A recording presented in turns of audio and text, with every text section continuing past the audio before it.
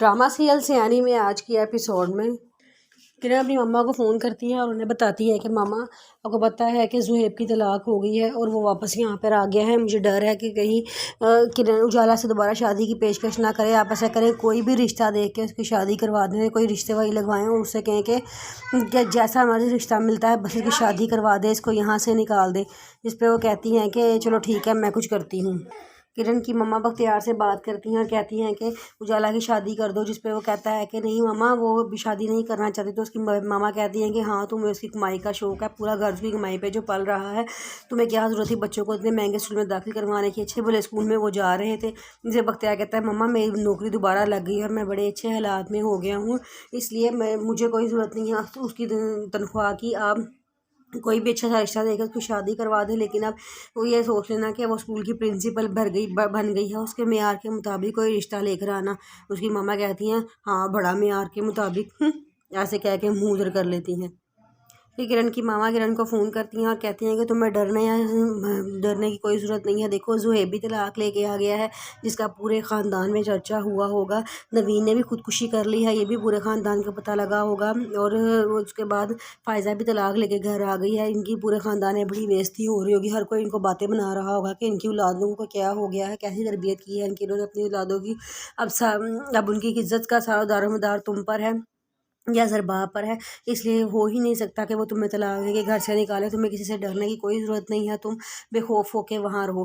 फिर किरण कहती है कि हाँ मम्मा, आपकी तो बात बिल्कुल ठीक कह रही हैं। बच्चे कहते हैं कि हमें नीचे पप्पो के पास जाना है, हमने उनके पास खेलना है, लेकिन उसकी मम्मा उसे मना कर देती है, कहती है कि कोई जाने की ज़रूरत नहीं है, तुम अपने कमरों में चलो, मैं तुम लोगों के पास आकर तुमसे खेलती हूँ। किरण अपने आप को कमरे में बंद कर लेती है।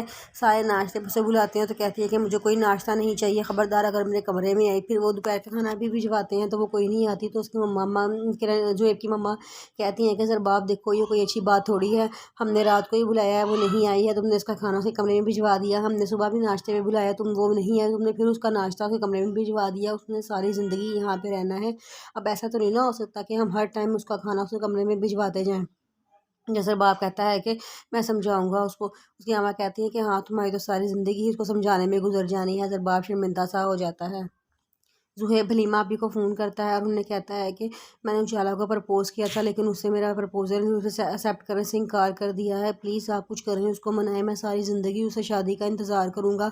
मैं नवाल के अलावा आप किसी लड़की से शादी नहीं करूँगा, सिर्फ उजाला ही मेरी बीवी बन सकती है। आप खुदा का वास्ता इसको समझाएं। हलीमा कहती है कि हाँ, वो बेवकूफ़ लड़की है, बहुत ज़िद्दी है, उसको समझाना बड़ा मुश्किल काम है, लेकिन तुम फिक्र ना करो, मैं इंशाल्लाह को ज़रूर कोशिश करूँगी कि मैं उसको समझा लूँ।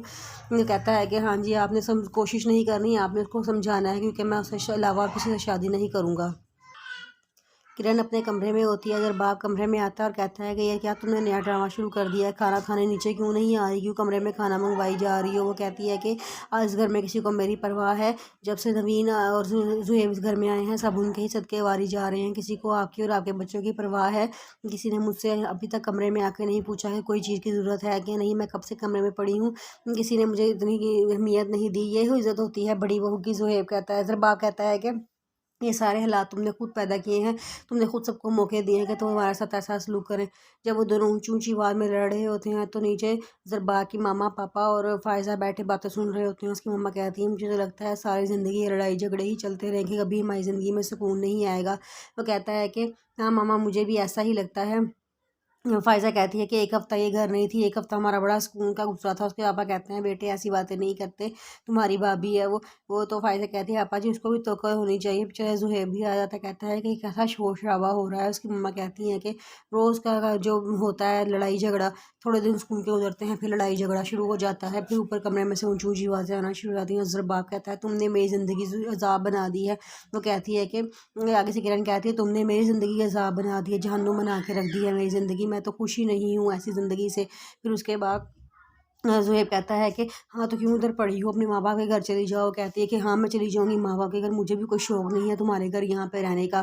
तो ज़ुहैब कहता है कि हाँ, मुझे भी कोई शौक़ नहीं है तुम्हारी मनहूस शक्ल देखने का। आगे से वो भी उसे कहती है कि मैं भी तुम्हारी मनहूस शक्ल नहीं देखना चाहती। दोनों बहुत गुस्से में होते हैं और ऊँची ऊँची आवाज़ में लड़ रहे होते हैं। उसके मम्मा कहते हैं कि मुझे लगता है कि बच्चों के ऊपर क्या असर पड़ेगा, मुझे समझ नहीं आती, बच्चों की तो ज़िंदगी तबाह हो रही है। بچوں کے سروں پہ کیا اثر پڑے گا مجھے یہ سمجھ نہیں آتی۔